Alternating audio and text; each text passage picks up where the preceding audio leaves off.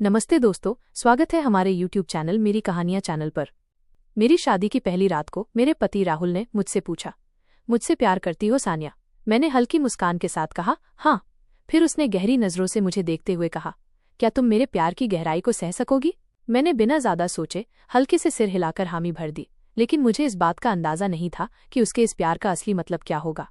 उस रात उसने मेरे शरीर पर जगह जगह अपने दांतों के गहरे निशान छोड़ दिए। दर्द इतना तीखा था कि मैं चीखना चाहती थी, लेकिन उसने मेरे मुंह पर अपना मजबूत हाथ रख दिया और धीमी ठंडी आवाज में कहा, शोर मत करो सानिया, बाहर लोग समझेंगे कि हम प्यार में डूबे हैं। सुबह होने पर मैं रसोई में सिर झुकाए खड़ी थी। मेरा दिल इतनी जोर से धड़क रहा था कि मुझे लग रहा था कि बस मैं और मेरा भगवान ही इस दर्द को समझ सकते हैं। रात की वो तकलीफ जिसे मैंने सहा था, उसे शब्दों में बयान करना मेरे लिए असंभव था। बड़ी मुश्किल से मैं उसकी मजबूत बाहों से निकलकर रसोई तक पहुंची थी। मेरा शरीर दांतों के गहरे निशानों से भरा था और हर निशान मेरे दर्द की कहानी चीख चीख कर बयान कर रहा था। कल रात की बात याद करते हुए जब वो मेरे पास आया था, उसने मेरे दोनों हाथों को अपनी मजबूत पकड़ में लिया और अपने चेहरे के करीब लाते हुए फिर वही सवाल दोहराया, मुझसे प्यार करती हो? मेरे प्यार की सख्ती को सह सकोगी? मैंने एक अच्छी पत्नी बनने की चाह में बिना ज्यादा सोचे हाँ में सिर हिला दिया। मैं चाहती थी कि मैं अपने रिश्ते को पूरी शिद्दत से निभाऊं, लेकिन मुझे नहीं पता था कि ये अच्छी पत्नी वाला किरदार मेरे लिए इतना भारी पड़ने वाला है। मेरे हाँ कहते ही वो मुझ पर टूट पड़ा। उसने जानवरों की तरह मेरे शरीर पर अपने दांत गड़ाए। मैं चीख पड़ी, लेकिन उसने मेरे कान के पास आकर धीमी आवाज में कहा, शोर मत करो, लोग समझेंगे कि ये हमारा प्यार है। उसकी ये बात मेरे लिए समझ से परे थी। कुछ जगहों पर तो मेरे शरीर से खून भी निकल आया था। उसने उस खून को इतने आराम से चाटकर साफ किया कि मैं हैरान रह गई। ये क्या हरकत थी? लेकिन वो मेरा पति था और मैंने चुप रहना ही बेहतर समझा। सुबह तक वो मुझे अपनी बाहों में जकड़े हुए था और मैं पूरी तरह थक चुकी थी। मैंने पहले बाथरूम में छिपने का सोचा, लेकिन फिर डर लगा कि अगर वो वहां भी आ गया तो मेरी हालत और खराब हो जाएगी। इसलिए मैं जल्दी से रसोई में चली आई। मुझे भूख लग रही थी, लेकिन रसोई का चूल्हा आधुनिक था और मैं उसका इस्तेमाल नहीं कर पा रही थी। ये घर नहीं बल्कि जयपुर का एक शानदार बंगला था। मुझे समझ नहीं आ रहा था कि मेरे माता पिता को इतना अमीर घर का रिश्ता कैसे मिल गया। मैंने चूल्हा जलाने की कई बार कोशिश की, लेकिन मेरे हाथ गलत जगह जा रहे थे। आखिरकार मैंने हार मान ली और चुपचाप रसोई के एक कोने में बैठ गई। मैंने भगवान से प्रार्थना शुरू कर दी कि कोई नौकर जाग जाए। इतना बड़ा बंगला था, मुझे यकीन था कि यहाँ ढेर सारे नौकर होंगे। मैं डाइनिंग टेबल पर सिर रखे बैठी थी, तभी रसोई के दरवाजे पर एक आवाज हुई। मैंने सिर उठाया तो देखा कि राहुल, मेरे पति, बिना शर्ट के खड़े थे। उनके चेहरे पर एक गहरी मुस्कान थी और उनके हाथ सीने पर बंधे हुए थे। उनकी उस मुस्कान को देखकर मेरा दिल डर से कांप उठा। मैं घबराकर अपनी जगह से खड़ी हो गई। मेरे चेहरे पर डर साफ झलक रहा था। वो मुझे देखते हुए प्यार भरे लहजे में बोले, मेरी जान, तुमने कमरे से बाहर आने की हिम्मत कैसे की? तुम्हें तो इस घर का कुछ भी नहीं पता। तुम्हारी इस हरकत ने मुझे कितना दुख पहुंचाया है, क्या तुम्हें अंदाजा है? ये कहते हुए वो मेरे बिल्कुल करीब आ गए। मैं डर से सिकुड़ रही थी। मेरा दिल चाह रहा था कि अभी इस बंगले से भाग जाऊं, क्योंकि रात की उसकी सख्ती मेरे दिमाग से नहीं जा रही थी। उसने मेरी कमर को अपनी मजबूत बाहों में जकड़ लिया और मुझे अपने और करीब खींचते हुए बोला, मैंने तुमसे कुछ पूछा है, जवाब दो। उसका चेहरा अब सख्त हो रहा था और उसकी आंखों में गुस्सा साफ दिख रहा था। मैं डर के मारे हकलाते हुए बोली, मुझे भूख लग रही थी, इसलिए मैं नीचे आ गई, लेकिन मुझसे ये चूल्हा नहीं जल रहा। मैंने ये शब्द बड़ी मुश्किल से बोले थे। मेरी बात सुनकर उसने मेरे शरीर पर एक तिरछी नजर डाली, फिर चूल्हे की तरफ देखते हुए बोला, ऐसा क्यों लग रहा है कि मेरी प्यारी पत्नी मुझसे कुछ छिपा रही है? मैं उसकी पीठ को बेबस नजरों से देख रही थी। मुझे समझ नहीं आ रहा था कि मैं कहाँ फंस गई थी। लगभग एक हफ्ते पहले मेरे माता पिता बहुत खुश होकर घर आए थे। मैं उनकी खुशी देखकर हैरान थी। अचानक माँ ने मेरा माथा चूमते हुए कहा, मेरी बेटी, तुम्हारा नसीब बहुत अच्छा है। देखो कितना शानदार रिश्ता मिला है। हाँ, उन्हें शादी की थोड़ी जल्दी है, लेकिन हमें कोई परेशानी नहीं। मेरा दामाद हीरे जैसा है। मैं तुम्हें सब कुछ बताऊंगी। हमारा परिवार बहुत गरीब था। पिताजी रेलवे स्टेशन पर कुली का काम करते थे और माँ आसपास के घरों में बर्तन मांजने का काम करती थी। जब इतने बड़े घर से रिश्ता आया तो वे खुशी से फूले नहीं समाये और फौरन हाँ कर दी। सिर्फ एक हफ्ते में शादी की सारी तैयारियां हो गईं और मैं इस बंगले में आ गई। लेकिन अब यहाँ आकर मुझे राहुल से बहुत डर लगने लगा था। जब मैंने उसे दूल्हे के रूप में देखा था तो मेरा दिल उस पर आ गया था, लेकिन रात की उस दरिंदगी को याद करके मेरे रोंगटे खड़े हो रहे थे। राहुल ने चूल्हा जला दिया और उस पर चाय के लिए पानी रखा। मैं घबराकर बोली, आपको ये करने की जरूरत नहीं, मैं बना लूंगी। मुझे डर था कि कहीं वो मुझे इस बात की सजा ना दे दे। मेरी बात सुनकर वो गहरे से मुस्कुराया और सिर हिलाते हुए बोला, नहीं मेरी जान, जल्द ही मैं तुम्हारे हाथ का नाश्ता खाऊंगा, लेकिन आज मैं अपने हाथों से तुम्हारे लिए कुछ बनाता हूँ। रात भर मेरे प्यार की सख्ती को सहा है तो कुछ तोहफा तो बनता है। मैंने सिर झुका लिया। मैं बहुत घबरा रही थी। भले ही मैं गरीब घर से थी, लेकिन भगवान ने मुझे खूबसूरती दी थी। मेरे लिए कई रिश्ते आए थे, लेकिन इतने बड़े घर से कभी नहीं। यही वजह थी कि माता पिता ने ज्यादा सोचे बिना मुझे यहाँ भेज दिया। कुछ ही देर में उसने स्वादिष्ट पराठा और चाय तैयार कर ली। मेरा मन ऑमलेट खाने का था, लेकिन मैंने कुछ नहीं कहा। पराठा और चाय मेरे सामने रखते हुए वो बोला, बताओ, सालन के साथ पराठा खाओगी या तुम्हारे लिए ऑमलेट बना दूं? मैं एक पल के लिए रुक गई। मेरा दिल चाह रहा था कि मैं बोल दूं, लेकिन मैं झिझक रही थी। आखिरकार मैंने सिर हिलाकर कहा, नहीं, कोई जरूरत नहीं, मैं चाय के साथ पराठा खा लूंगी। वो मेरे बालों में हाथ फेरते हुए बोला, नहीं मेरी जान, बोलो क्या चाहिए? मैंने हिम्मत जुटाकर कहा, मुझे ऑमलेट चाहिए। मेरे कहते ही उसने फौरन ऑमलेट तैयार कर दिया। मैं उसे हैरानी से देख रही थी, क्योंकि उसने अपने लिए कुछ नहीं बनाया। मैंने तुरंत कहा, आपने अपने लिए तो कुछ बनाया ही नहीं, आप ये खा ले। लेकिन वो सिर हिलाकर बोला, नहीं, तुम खाओ, मैं अभी कपड़े बदलकर ऑफिस के लिए निकल जाऊंगा। मेरे पास ज्यादा वक्त नहीं है, मैं बस तुम्हारे साथ थोड़ा वक्त बिताना चाहता था। और हाँ, एक बात याद रखना, कमरे से बाहर निकलने की हिम्मत दोबारा मत करना। भूख लगे तो कमरे में इंटरकॉम है, वहां से ऑर्डर दे देना। अगर तुमने फिर से बाहर कदम रखा तो तुम्हें मेरा असली रूप देखने को मिलेगा। मुझे अपनी बात न माने जाने की आदत नहीं है। मैं उसे परेशानी भरी नजरों से देखने लगी। वो मुझसे किस तरह की बात कर रहा था? मैंने चुपचाप नजरें झुका ली और नाश्ता खाने लगी। 2-4 निवाले खाते ही मेरा पेट भर गया, लेकिन उसके सामने मैं कुछ बोल नहीं सकती थी, इसलिए चुपचाप नाश्ता निगल लिया। नाश्ता खत्म होते ही वो खड़ा हुआ और मेरी कलाई पकड़कर कमरे की ओर ले गया। मेरा दिल फिर से जोर जोर से धड़कने लगा।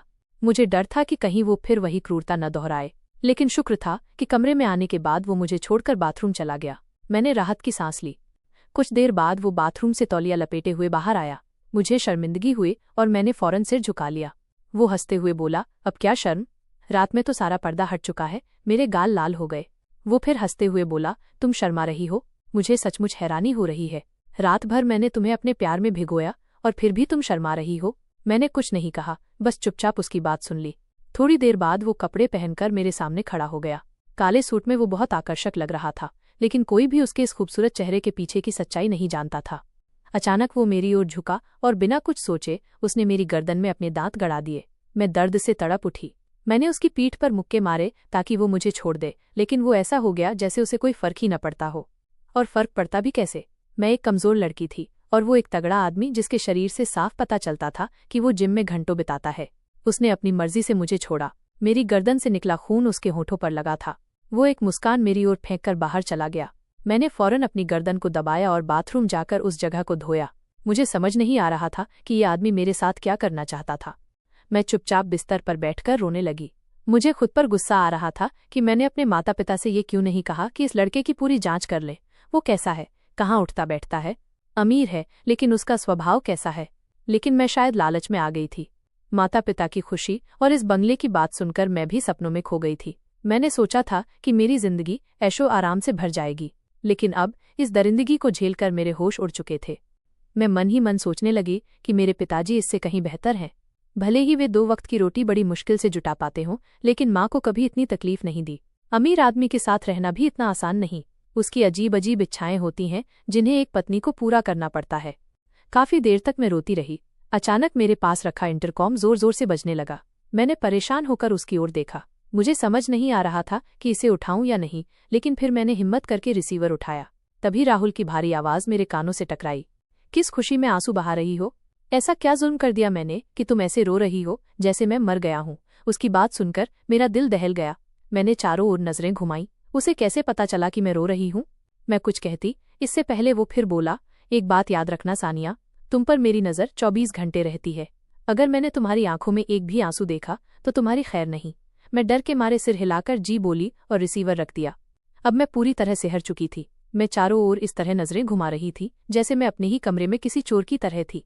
वक्त धीरे धीरे बीत रहा था। एक कमरे में रहते रहते मुझे अब घुटन होने लगी थी। दोपहर के 3 बज चुके थे। मेरा मन चाह रहा था कि कमरे से बाहर चली जाऊं, लेकिन मुझे पता था कि राहुल मुझे इस गलती को कभी माफ नहीं करेगा। भूख फिर से सताने लगी थी। मैं अपनी जगह से उठी और इंटरकॉम की ओर बढ़ी। कांपते हाथों से मैंने रिसीवर उठाया और कान से लगाया। मेरा दिल जोर जोर से धड़क रहा था। मैं कुछ कहती इससे पहले एक औरत की आवाज आई, हाँ मैडम, आपका ऑर्डर क्या है? मैंने धड़कते दिल से कहा, मुझे भूख लग रही है, कुछ खाने को ला दो। कुछ पल खामोशी रही, फिर वही आवाज आई, मैडम बताइए क्या खाएंगी? हम अभी ला देंगे। मैंने घबराकर कहा, जो भी है ला दो, मुझे बहुत भूख लगी है। ये कहकर मैंने इंटरकॉम रख दिया। मुझे बात करना भी नहीं आ रहा था। हमारे घर में ऐसे फोन नहीं थे। ये बंगला बहुत शानदार था, लेकिन अब मुझे यहाँ बहुत डर लग रहा था। लगभग 10 मिनट बाद कमरे के दरवाजे पर खटखटाहट हुई। मैंने दरवाज़ा खोला तो एक नौकरानी खाने की ट्रे लिए खड़ी थी। मैंने रास्ता दिया और वो अंदर आकर ट्रे रखते हुए बोली, मैडम, अगली बार खाने का मेन्यू बता दीजिएगा। मैंने आपके लिए अभी हल्का फुल्का खाना बनाया है। रात के लिए क्या बनाऊं वो अभी बता दीजिए। मैं चुपचाप ट्रे की ओर बढ़ी। उसमें कई तरह के सालन, चावल और रोटी थी।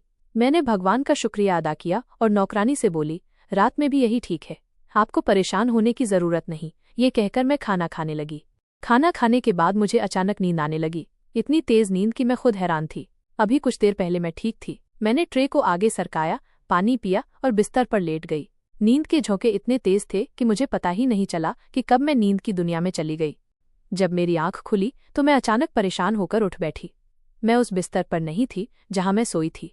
मैं एक अंधेरे कमरे में थी और मेरा दिल जोर जोर से धड़क रहा था। मैंने चारों ओर नजरें घुमाई, लेकिन कुछ दिखाई नहीं दे रहा था। मैं जमीन पर पड़ी थी। मैं बार बार भगवान और अपने माता पिता को पुकार रही थी। मुझे समझ नहीं आ रहा था कि मेरे साथ क्या हो रहा था। मैं चीख पड़ी, राहुल, आप कहाँ हैं? मुझे यहाँ से निकालो, मेरा दम घुट रहा है। मुझे अंधेरे से हमेशा डर लगता था। मुझे लग रहा था कि मेरी सांस रुक जाएगी। मैंने अपने बाल नोचना शुरू कर दिया क्योंकि सांस लेना मुश्किल हो रहा था। मैं खड़ी हुई और गहरी सांसें लेने लगी। तभी अचानक पूरा कमरा रोशनी से भर गया। मैंने देखा कि ये बंगले का तहखाना था। मैंने घबराकर चारों ओर नजरें घुमाई। सामने दरवाजे पर राहुल खड़ा था, दीवार से टेक लगाए। मैं उसकी ओर भागी और बिना सोचे उसके सीने से लगकर जोर जोर से रोने लगी। अंधेरे ने मुझे बुरी तरह डरा दिया था, लेकिन उसने मुझे अपनी बाहों में नहीं लिया। काफी देर तक रोने के बाद जब मैं उससे अलग हुई तो उसके चेहरे पर एक ठंडी डरावनी शांति थी। मैं कुछ कहती इससे पहले उसने मेरे बालों को अपनी सख्त पकड़ में लिया और अपना चेहरा मेरे करीब लाते हुए बोला, किसकी इजाजत से तुमने नौकरों पर अपनी मर्जी थोपी? तुम्हें ये नहीं लगा कि मुझे फोन करके पूछ लेना चाहिए कि मैं दोपहर में क्या खाऊं? उसकी सख्त आवाज ने मेरे शरीर में सिहरन पैदा कर दी। मैं कुछ कहती इससे पहले वो फिर बोला, और अब तुम मेरे ही सीने पर रो रही हो, जबकि मैंने तुम्हें सुबह ही कहा था कि मुझे तुम्हारी आंखों में एक भी आंसू नहीं चाहिए। मैं उसकी बातों से इतना डर गई कि मेरा शरीर कांपने लगा। ये कैसा इंसान था? मेरे दिमाग में सिर्फ एक बात आई, मैं यहाँ से भाग जाऊं। लेकिन इससे पहले कि मैं कुछ कह पाती, उसने मेरे चेहरे पर जोरदार थप्पड़ मारा। मैं लड़खड़ाकर जमीन पर गिर पड़ी। वो मुझे देखते हुए बोला, अगली बार अगर तुमने अपनी जिंदगी का फैसला किसी नौकर या किसी और पर छोड़ा तो मैं तुम्हारी जान ले लूंगा। तुम क्या पहनोगी, क्या खाओगी, सब मैं तय करूंगा। अगर तुमने किसी और को अपनी जिंदगी में शामिल करने की हिम्मत की तो मैं तुम्हें कुत्तों बिल्लियों के सामने डाल दूंगा। तुम मेरे गुस्से से अभी वाकिफ नहीं हो। उसकी आवाज मुझे अंदर तक कचोट रही थी। मैंने डर के मारे हाँ में सिर हिलाया। मेरा मन कर रहा था कि इस बंगले से भाग जाऊं। अचानक वो मेरे पास बैठ गया और मेरा चेहरा अपने करीब लाते हुए बोला, अगर ये बात तुम्हारे दिमाग से निकली तो याद रखना सानिया, तुम्हें इंसान नहीं जल्लाद मिलेगा। मैं चुप हो गई। उसने मेरा बाजू पकड़ा और मुझे तहखाने से बाहर ले गया। बाहर आते ही मैंने राहत की सांस ली। शाम का समय था और सूरज ढल रहा था। वो मुझे कमरे में ले गया। मुझे फिर से डर लगने लगा। मुझे लग रहा था कि वो फिर से वही क्रूरता दोहराएगा, और ठीक वैसा ही हुआ। कमरे में आते ही वो मुझ पर टूट पड़ा। मेरे शरीर पर जगह जगह काटने लगा। मैं दर्द से चीखने लगी, लेकिन उसने मेरे मुंह पर हाथ रख दिया और मेरी आवाज दब गई। वो मुझे बिस्तर पर ले गया और एक जंगली जानवर की तरह मुझ पर हावी हो गया। कहने को वो मेरा पति था, लेकिन उसने मुझे एक खिलौने की तरह इस्तेमाल किया। काफी देर तक मुझे तड़पाने के बाद वो मुझसे अलग हुआ। मैं पूरी तरह टूट चुकी थी। मेरा दिल रो रहा था और मेरी आंखों के आंसू शायद सूख चुके थे। सिर्फ 2 रातों में इस आदमी ने मेरी जिंदगी नरक बना दी थी। मैं सोच रही थी कि आगे की जिंदगी कैसे कटेगी। वो रात मेरे लिए और भी तकलीफदेह थी, पहली रात से भी ज्यादा दर्दनाक। सुबह की पहली किरण के साथ मेरी आंख खुली, लेकिन मेरे शरीर में इतना दर्द था कि मैं हिल भी नहीं पाई। मैं बेजान सी पड़ी रही, लेकिन मुझे नहीं पता था कि ये भी मेरे लिए मुसीबत बन जाएगी। अचानक राहुल ने मुझे अपनी ओर खींचा। मैंने डरते हुए उसकी ओर देखा। उसने मेरा चेहरा अपनी सख्त हथेलियों में जकड़ लिया और मेरी आंखों में देखते हुए बोला, तुम्हें चाहिए कि जल्दी उठो और अपने पति के लिए कपड़े निकालो, लेकिन तुम यहाँ ऐसे पड़ी हो जैसे कुछ हुआ ही नहीं। मेरा मन कर रहा था कि इस आदमी को झकझोर दूं और कहूं कि पहले मुझे अपने नियम बता, फिर मैं तुम्हारे साथ जिंदगी शुरू करूं। लेकिन मेरे अंदर इतनी हिम्मत नहीं थी। मैंने घबराकर हाँ में सिर हिलाया और उठने की कोशिश की, लेकिन उसने मेरे दोनों बाजुओं को पकड़ लिया और फिर से मुझ पर झुकते हुए बोला, क्या मैंने तुम्हें अभी उठने को कहा? मुझे समझ नहीं आ रहा था कि वो क्या चाहता था। वो एक पहेली था जिसे सुलझाना मेरे बस की बात नहीं थी। वो मुझे देखते हुए बोला, चुपचाप लेटी रहो, जब तक मैं ना कहूं अपनी जगह से हिलना भी मत। वो मुझे अपने हुक्म में रखना चाहता था। मैं उसे बताना चाहती थी कि मैं कोई कठपुतली नहीं, एक जिंदा इंसान हूं जिसके सीने में दिल है और उसमें कुछ एहसास है। लेकिन मैं कुछ नहीं बोल पाई। अगर मैं एक शब्द भी बोलती तो शायद वो मुझे जिंदा न छोड़ता। काफी देर तक वो मुझे अपनी बाहों में जकड़े रहा। फिर उसे शायद एहसास हुआ कि देर हो रही है। वो खड़ा हुआ और बोला, मैं नहाने जा रहा हूँ, मेरे लिए काले रंग का सूट निकालो। ये कहकर वो बाथरूम चला गया। मैंने उठने की कोशिश की, लेकिन मेरी कमर में तेज दर्द हुआ। उसने मुझे जिस तरह बिस्तर पर पटका था, उससे शायद मेरी कमर में चोट लग गई थी। मैंने बड़ी मुश्किल से अलमारी तक पहुंचकर उसके लिए कपड़े निकाले और ड्रेसिंग रूम में रख दिए। मुझे डर था कि इस छोटी सी गलती पर भी वो मेरी जान निकाल लेगा। मैं सोफे पर बैठ गई। दर्द से मेरा बुरा हाल था। मेरी आंखों में बार बार आंसू आ रहे थे। थोड़ी देर बाद वो तौलिया लपेटे बाहर आया। मैंने उसकी ओर एक नज़र डाली और सिर झुकाकर बोली, जी, मेरी कमर में बहुत दर्द है, मेरी जान निकल रही है। उसने मेरी ओर देखा और सवाल किया, क्या हुआ? मैंने फौरन कहा, मेरी कमर में बहुत दर्द है, मैं ठीक से चल भी नहीं पा रही। उसने मेरे शरीर पर एक नज़र डाली और फिर ड्रेसिंग रूम चला गया। कपड़े बदल कर वापस आया तो उसके हाथ में एक चादर थी। उसने मुझे चादर लपेटकर अचानक अपनी बाहों में उठा लिया। मैंने घबराकर उसकी ओर देखा। वो बोला, तुम्हारी हालत ठीक नहीं लग रही, मैं तुम्हें डॉक्टर के पास ले जा रहा हूँ। वहाँ तुम्हारी मालिश होगी और तुम बेहतर महसूस करोगी। मुझे हैरानी हुई। ये वही आदमी था जो मुझे कमरे से बाहर निकलने की इजाज़त नहीं देता था, और अब वो मुझे खुद बाहर ले जा रहा था। वो मुझे पोर्च में ले गया और अपनी गाड़ी की अगली सीट पर बिठाते हुए बोला, डॉक्टर को घर भी बुला सकता था, लेकिन मेरे पास वक्त कम है। मैं तुम्हें क्लिनिक छोड़कर ऑफिस जाऊंगा, तुम चेकअप करवाकर वहीं रुकना, मैं 1 घंटे बाद तुम्हें लेने आऊंगा। मैंने सिर हिलाया। कुछ देर बाद हम एक हॉस्पिटल पहुंचे। उसने एक नर्स को कुछ पैसे देते हुए कहा, इसे डॉक्टर विशाल के पास ले जाओ। नर्स ने मेरे चेहरे पर नजर डाली। मेरे चेहरे पर राहुल की क्रूरता के निशान साफ दिख रहे थे। मैंने सिर झुका लिया। वो मेरा हाथ पकड़कर मुझे डॉक्टर विशाल के पास ले गई। उसने धीमी आवाज में पूछा, आप ठीक हैं? मैंने हल्के से सिर हिलाया। वो मेरी कमर पर हाथ रखते हुए बोली, अगर आपको सहारे की जरूरत हो तो मैं व्हीलचेयर मंगवा दूं। मैंने सिरनामे हिलाया और थकी आवाज में बोली, प्लीज मुझे डॉक्टर विशाल के पास ले चलो, मेरी पीठ में बहुत दर्द है। वो मुझे एक केबिन में ले गई और दरवाज़ा खटखटाकर अंदर ले गई। लेकिन जैसे ही मेरी नज़र डॉक्टर पर पड़ी, मैं हैरान रह गई। वो बिल्कुल राहुल की शक्ल का था।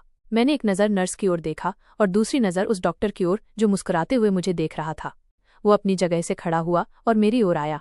मेरा हाथ पकड़कर बोला, भाभी, मैं आपका देवर हूँ विशाल, तुम जाओ, मैं इन्हें संभाल लूंगा। उसने मुझे कुर्सी पर बिठाया। मैं अभी भी यकीन नहीं कर पा रही थी। मुझे लग रहा था कि ये वही राहुल है, बस नाटक कर रहा है। लेकिन फिर मैंने देखा कि उसके हाथ पर टैटू नहीं था, जबकि राहुल के हाथ पर था। इस बात ने मुझे थोड़ा सुकून दिया। वो मुझे देखते हुए बोला, क्या हुआ, आपके चेहरे पर ये निशान कैसे आए? लेकिन वो अचानक रुक गया क्योंकि उसकी नज़र मेरी गर्दन पर चली गई थी। उसने नज़रें चुराते हुए कहा, आपने राहुल से शादी क्यों की?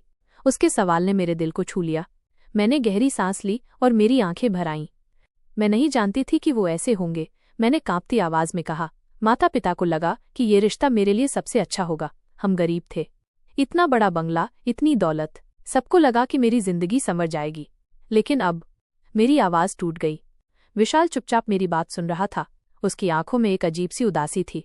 सानिया, उसने धीरे से कहा, तुम्हें यहाँ से निकलना होगा। राहुल वैसा नहीं है जैसा बाहर से दिखता है।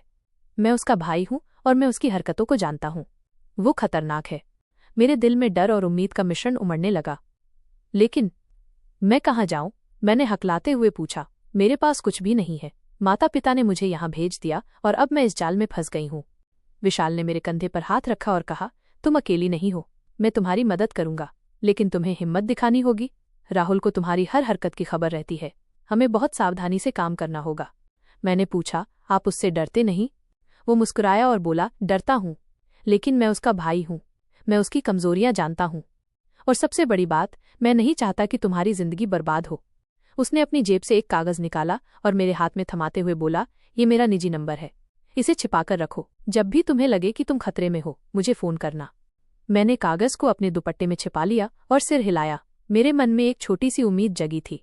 वो मुझे मार डालेगा अगर उसे पता चला कि मैंने किसी से मदद मांगी। मैंने डरते हुए कहा, उसे कुछ नहीं पता चलेगा। विशाल ने दृढ़ता से कहा, मैं तुम्हें यहाँ से निकालने का इंतजाम करूंगा, क्या तुम तैयार हो? मैंने एक पल सोचा। मेरी जिंदगी जो कभी सपनों से भरी थी, अब एक जेल बन चुकी थी। मैंने अपने माता पिता को याद किया, उनकी वो खुशी जब उन्हें ये रिश्ता मिला था। लेकिन अब मैं समझ चुकी थी कि ये खुशी एक धोखा थी। मैंने विशाल की ओर देखा और कहा, हाँ, मैं तैयार हूँ। उसने मेरी पीठ की जांच की और कुछ दवाएं दी। ये दवाएं तुम्हें दर्द से राहत देंगी, उसने कहा, और ये मलहम तुम्हारे जख्मों पर लगाना। मैं राहुल को कहूंगा कि तुम्हें कुछ दिन आराम की जरूरत है। मैंने उसकी बातें ध्यान से सुनी और मन ही मन भगवान से दुआ मांगी कि ये इंसान मेरी जिंदगी में एक नया रास्ता दिखाए। विशाल ने मुझे हॉस्पिटल के वेटिंग रूम में छोड़ दिया और कहा कि वो राहुल को फोन करके बता देगा कि मेरा चेकअप हो गया है। कुछ देर बाद राहुल आया। उसकी आंखों में वही ठंडी चमक थी जो मुझे हर बार डराती थी। चलो, उसने सख्त लहजे में कहा। मैं चुपचाप उसकी गाड़ी में बैठ गई। रास्ते में वो खामोश रहा, लेकिन उसकी नजरें बार बार मेरे चेहरे पर टिक रही थीं। मैंने सिर झुकाए रखा और उस कागज को अपने दुपट्टे में और सख्ती से पकड़ लिया। घर पहुंचते ही उसने मुझे कमरे में ले जाकर दरवाजा बंद कर दिया। मेरा दिल फिर से धड़कने लगा। डॉक्टर ने क्या कहा? उसने पूछा। उसकी आवाज में शक था। उन्होंने कुछ दवाएं दी हैं, मैंने हकलाते हुए कहा कि मुझे आराम की जरूरत है। वो मेरे करीब आया और मेरी ठुड्डी पकड़कर मेरा चेहरा ऊपर उठाया। तुम कुछ छिपा रही हो सानिया, उसने धीमी लेकिन खतरनाक आवाज में कहा। मुझे बेवकूफ मत समझो। मेरा दिल जोर जोर से धड़क रहा था, लेकिन मैंने हिम्मत जुटाकर कहा, मैं कुछ नहीं छिपा रही, मुझे बस दर्द है और डॉक्टर ने कहा कि कुछ दिन आराम करूं। उसने मेरी आंखों में कुछ देर तक देखा, जैसे मेरा झूठ पकड़ना चाहता हो।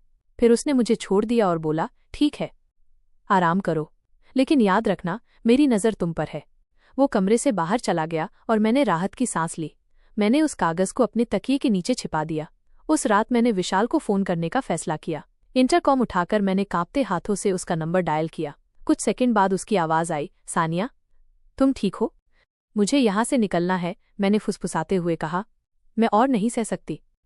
ठीक है, विशाल ने कहा, कल सुबह मैं एक प्लान बनाऊंगा।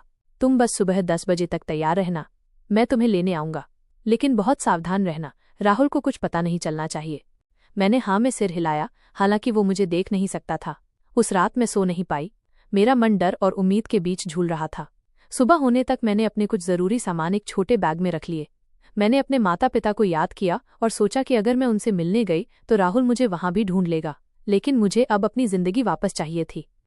सुबह ठीक 10 बजे, जब राहुल ऑफिस के लिए निकल चुका था, मैंने इंटरकॉम पर विशाल को फोन किया। उसने कहा कि वो घर के पीछे वाली गली में गाड़ी लेकर खड़ा है। मैंने चुपके से कमरे से बाहर निकलने की कोशिश की, लेकिन तभी एक नौकरानी ने मुझे देख लिया। मैडम, आप कहाँ जा रही हैं? उसने पूछा। मेरा दिल धक से रह गया। बाहर टहलने, मैंने हकलाते हुए कहा। वो मुझे शक भरी नजरों से देखने लगी, लेकिन मैंने हिम्मत जुटाकर पीछे के दरवाजे की ओर कदम बढ़ाए। बाहर निकलते ही मैंने विशाल की गाड़ी देखी। मैं तेजी से उसमें बैठ गई और उसने बिना देर किए गाड़ी स्टार्ट कर दी। तुम ठीक हो? उसने पूछा। उसकी नजरें सड़क पर थीं। हाँ, मैंने धीरे से कहा, लेकिन मेरी आंखें आंसुओं से भरी थीं। मुझे कहाँ ले जा रहे हो? एक सुरक्षित जगह, विशाल ने जवाब दिया। मेरे एक दोस्त का एनजीओ है जो घरेलू हिंसा से गुजर रही महिलाओं की मदद करता है। वहां तुम्हें नई शुरुआत करने का मौका मिलेगा। कुछ घंटों की ड्राइव के बाद हम उदयपुर के एक छोटे से घर के सामने रुके। वहां कुछ औरतें थीं जिन्होंने मुझे गर्मजोशी से गले लगाया। विशाल ने मुझे उनके हवाले करते हुए कहा, सानिया, यहां से तुम्हारी नई जिंदगी शुरू होगी। राहुल को मैं संभाल लूंगा, तुम बस खुद को मजबूत करो। मैंने उसकी ओर देखा और आंसुओं के बीच कहा, शुक्रिया, तुमने मेरी जिंदगी बचा ली। उसने मुस्कुराकर मेरा कंधा थपथपाया और बोला, अब ये तुम्हारी जिंदगी है, इसे अपने हिसाब से जियो। दोस्तों, वीडियो कैसा लगा कमेंट करके जरूर बताएं। वीडियो को लाइक और चैनल को सब्सक्राइब जरूर करें।